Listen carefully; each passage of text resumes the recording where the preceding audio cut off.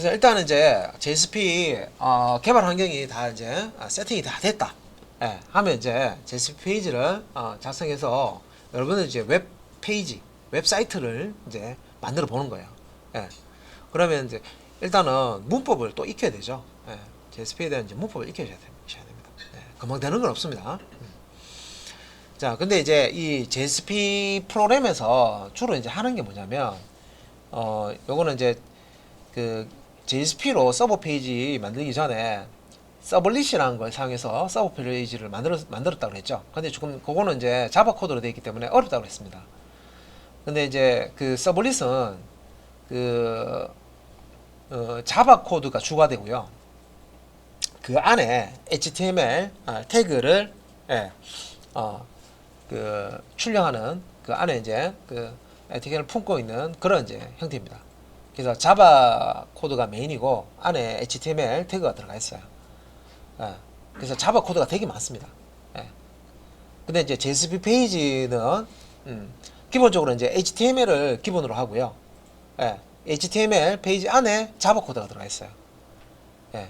그래서 실제 이제 똑같은 기능의 페이지를 만들었을 때, 서블릿과 JSP를 만들었을 때, 실제 이제 JSP와 서블릿 코드를 비교해 보면, JSP는 한 페이지다. 예를 들어서 소스가. 그러면 서블릿은 뭐 5페이지, 6페이지. 아주 길게 코드가 복잡하게 만들어져 있습니다. 예. 그래서 우리가 이제 JSP를 일단은 이렇게 이제 배워서 쓰면 웹서버 이제에서 동작하는 서버 페이지를 쉽게 만들 수 있다. 자, 그런데 서블릿하고 JSP하고 서로 연동이 또 돼요. 예, 서블릿으로 만든 코드하고요, JSP로 만드는 코드를 하고 서로 이제 연동해서 또 실행할 수가 있습니다. 예. 자, 일단 이제 JSP 쪽에 자, 우리가 페이지를 만든다고 했을 때요, 이제 처리하는 이제 이런 과정, 기본적인 내용 한번 보도록 하겠습니다. 그래서 JS 페이지 개요, JS 페이지 처리 과정, 다음에 이제 웹 애플리케이션 구조 한번 보도록 하겠습니다. JS 페이지에는 HTML 코드와 JS 코드가 함께 포함된다. 우리가 앞에서 HTML 문서 만드는 거 배우셨잖아요, 그죠? JS 페이지 만들 때 HTML 코드가 같이 들어가요. HTML 코드와 JS 코드가 함께 사용이 됩니다. 그리고 이제 HTML 부분은 소스 코드의 정보가 모두 표시가 되고, 단순히 화면에 표시해야 될 내용들은 HTML 태그를 사용해서 표시를 하고요. JSP 코드 부분은 화면에 표시되지 않고 이제 실행 결과만 표시가 됩니다. 그래서 JSP는 말 그대로 이제 프로그래밍 코드이기 때문에 얘는 그 소스가 실제 클라이언트 쪽으로 전달이 안 돼요.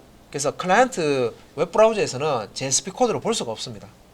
그러니까 JSP는 뭘 하냐면 클라이언트 브라우저 쪽에서 볼 수 있는 그 HTML이나 CSS, 자바스크립트 그런 이제 형태의 결과물을 만들어요. 그래서 JSP는 어떻게 보면 HTML 문서 생성기라고 보시면 돼요. 결과물을 보여주기 위한 HTML 문서 안에 코드 있죠. 코드를 생성하게 해주는 역할을 합니다. 그래서 그 JSP 코드 부분은 화면에 표시되지 않고 브라우저에 이제 이 JSP 코드가 표시되지 않고요, 실행 결과만 표시된다. 중요한 정보를 가지고 있는 코드나 프로그래밍 로직 코드는 JSP 코드에 기술하게 되어 있습니다. 자, 웹브라우저에서 JSP 페이지를 웹서버로 이제 요청을 하게 되면 웹서버는 JSP에 대한 요청을 웹 컨테이너로 넘깁니다. 그래서 톰캣이 웹서버 기능과 웹 애플리케이션 서버 기능을 다 가지고 있다고 그랬죠. 웹 애플리케이션 서버 안에는 이제 이렇게 이제 웹 컨테이너, JSP 컨테이너라는 게 있어요.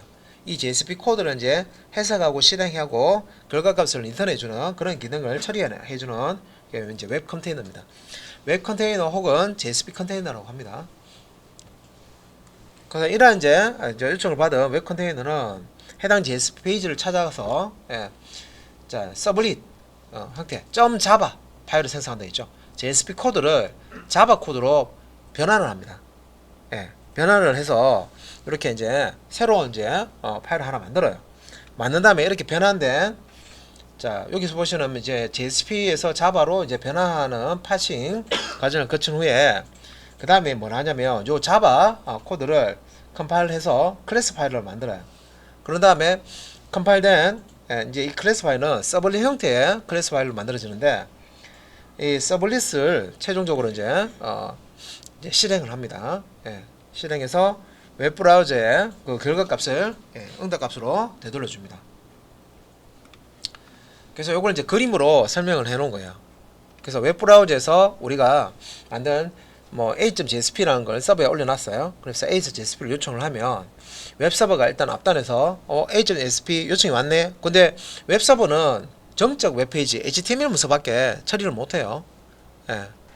똑같이 이제 고정되어 있는 문서만 서비스를 할 수가 있습니다. 정적 웹페이지는 처리를 못하기 때문에 이렇게 이제 JSP 페이지, 정적 페이지를 요청을 받으면 웹서버가 여기 웹 컨테이너라고 되어 있죠. 이게 왔습니다. 왔어. 자, 웹 애플리케이션 서버에 웹 컨테이너, JSP 컨테이너 쪽으로 요청을 전달합니다. 그래서 JSP 페이지 처리해 주세요. 요청 전달하면 이 웹 컨테이너가 이 JSP 페이지를 처리를 해줘요. 그러니까 내부적으로는 이제 JSP 페이지가 서블릿 코드, 자바 코드로 바뀌고 이 자바 코드가 클래스로 컴파일이 된 다음에 얘가 이제 실행이 된다는 거죠. 그래서 JSP 파일이 서블릿으로 변환되는 걸 보면 일단 JSP a.jsp가 a.java로 바뀌고요. 코드가 바뀌어요. 내용도. a.java가 컴파일돼서 a.class로 바뀌어요. 그래서 이 클래스를 웹 컨테이너가 이제 실행해 준다는 거죠. 그러니까 실행해서 나온 결과값을 웹 서버를 통해서 웹 브라우저 쪽으로, 클라이언트 쪽으로 전달을 합니다. 이건 이제 응답이라고 합니다. 응답. 그래서 JSP가 서블릿으로 변환되는 과정이라고 했는데 아까하고 비슷하죠.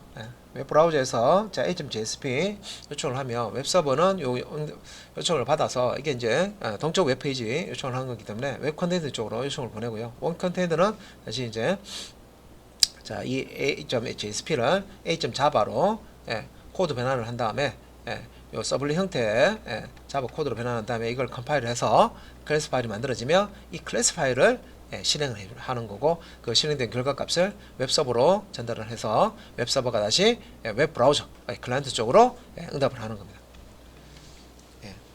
그걸 이제 뭐 설명을 지금 적어 놓은 거고요.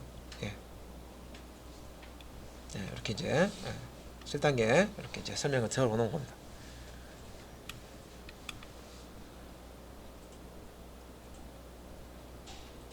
그래서 이제 그림의 1번 이게 자 사용자 웹 브라우저에서 이렇게 이제 주소를 입력하는 거예요. move.jsp JSP 페이지를 딱 요청을 하면 2번 요게 요 요청을 웹 서버에서 받잖아요, 그죠? 그래서 2단계에서는 웹 서버는 요청한 해당 페이지를 처리하기 위해서 JSP 컨테이너 was에 있는 JSP 컨테이너 웹 컨테이너 JSP 컨테이너 똑같은 말입니다. 페이지를 이제 처리해 달라고 처리를 넘기고 그 다음에 3번 이거 번역하는 거죠.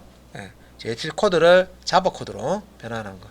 그래서 3단계에서 해당 JSP 페이지가 처음 요청된 것이면 JSP 페이지를 서블릿으로 파싱 변환하고 자 이전에 요청되었던 페이지일 경우에는 이거 한번 변환하면요 그게 남아있어요. 하기 때문에 다 또다시 파싱할 필요가 없으므로 바로 5단계로 넘어간다. 여기서 이제 변환을 이미 해놓은 게 있다 하면 굳이 이걸 다시 자바로 바꾸고 a.jsp를 a.java 코드로 바꾸고 a.class로 다시 컴파일하고 할 필요가 없어요. 바로 5단계로 넘어갑니다. 이거 컴파일 된 게 있네. 그러면 바로 이 5단계로 넘어가서 바로 이제 실행해서 결과를 보여준다 그 뜻이고요. 자 처음에 이제 접속했을 때는 이 단계를 거친다는 거죠. 그 다음에 이제 4단계 이제 4단계는 요거죠.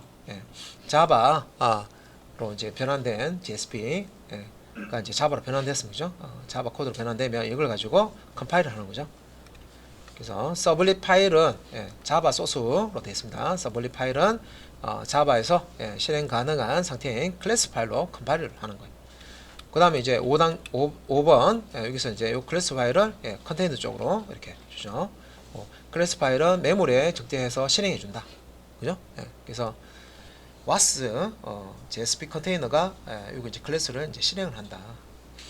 그 다음에 이제 6단계 6단계는 뭡니까? 이 웹 컨테이너가 실행 결과값을 웹 서버 쪽으로 전달합니다. 그래서 자, 이 실행 결과는 다시 웹 서버로 전달하게 되고 웹 서버는 다시 웹 브라우저 클라이언트 쪽으로 HTML 형태로 전달하게 됩니다. 그래서 웹 서버는 웹 브라우저가 인식할 수 있는 HTML 형태로 결과를 웹 브라우저에 응답한다, 전송한다, 이렇게 보시면 됩니다. 그래서 웹 서버로부터 응답받은 결과물인 HTML 페이지를 웹 브라우저에서 실행시켜서 해당 페이지가 웹 브라우저에 표시가 된다. 그래서 이 그림에 대한 설명입니다. 그래서 이제 결과물은 HTML 우리 문서 만들 때 사용했던 그 코드들 있죠. HTML 태그, 스타일 시트, 자바스크립트 그런 코드들로 이 실행 결과가 만들어진다는 거죠. 그 코드를 브라우저 쪽으로 전송을 해주면 응답을 받은 이제 코드를 받은 브라우저가 그 코드를 해석해서 결과를 화면에 렌더링 보여줍니다. 그 다음에 이제 웹 애플리케이션과 웹 애플리케이션 폴더라고 해서 웹 애플리케이션을 구축할 때 하나의 웹 애플리케이션에 하나의 웹 애플리케이션 폴더가 대응되는 구조로 작성된다. 그래서 톰캣을 우리가 컴퓨터에 설치한 경우에 예를 들어서 C 드라이브에 아파치 톰캣 이렇게 이제 폴더 밑에 웹 앱이라는 폴더가 있다고 했을 때 요 이제 이게 하나의 이제 폴더로 서비스가 된다. 웹 앱 안에 진짜 서비스가 여러분들 만든 프로그램이 이제 요 안에 들어간다고 보시면 됩니다. 그래서 웹 애플리케이션 그래서 127.0.0.1 로컬 이제 호스트나 127.0.0.1은 여러분들 컴퓨터 콘솔이 연결되어 있는 서버 컴퓨터를 얘기합니다. 8080 포트 요거는 이제 톰캣의 이제 기본 이제 웹 서비스하는 포트 번호입니다. 기본 세팅 번호입니다. 그다음에 이제 스터디 베이직 JSP는 프로젝트 이름이고요. 그래서 요게 이제 실제 이제 하드디스크에 그러니까 SSD나 하드디스크에 경로는 C 드라이브 루트에 톰캣 설치된 폴더 밑에 웹앱 폴더 밑에 스터디 베이직 그래서 우리가 여기서 이제 스터디 베이직 JSP라는 프로젝트를 만들고 그 안에 이제 JSP를 작성한 거예요. 그래서 프로젝트 이름이 이렇게 생성되어 있는 것을 확인할 수가 있습니다. 그럼 이제 JS페이지의 이제 서블릿 자동 패싱 JS페이지는 자동으로 이제 서블릿 형태의 이제 자바 코드로 변환이 돼서 처리가 된다 그랬습니다. 그죠? 그래서 그런 이제 index.jsp 예를 들어서 요청을 받았을 때 지금 이제 그 톰캣의 요 경로에 보시면 JSP 페이지가 있는데 이 JSP 페이지를 자바 코드로 번역한 요 index.jsp가 이렇게 번역돼 가지고요. 새로운 요는 파일 하나 생성이 되는데 index.java라는 파일로 하나 생성이 됩니다. 그리고 이 index.java를 컴파일해서 이제 실행하기 위해서는 클래스 파일을 만들어야 되죠. 나온 index.class 파일도 확인할 수가 있습니다. 그래서 이제 그 이클립스 가상 환경이라고 했어요. 실제 이제 이클립스하고 톰캣하고 연동을 시켜 놓으면 그 톰캣 기능을 이클립스가 빌려서 이제 이클립스는 톰캣 기능이 없어요. 와스 기능이 없단 말이에요. 그래서 이클립스가 톰캣 기능을 빌려와서 가상의 환경을 이렇게 세팅을 합니다. 그래서 요 경로 이게 워크스페이스명 밑에 점 메타데이터 밑에 점 플러그인 밑에 org 밑에 이클립스 이렇게 이제 경로 길죠. 여기 밑에 이제 보시면 study basic JSP라고 여러분들이 이클립스에서 프로젝트 생성하면 이렇게 이제 만들어지고요. org 아파치 JSP 요 폴더에서 보면 index.java와 index 클래스 파일을 확인할 수가 있다.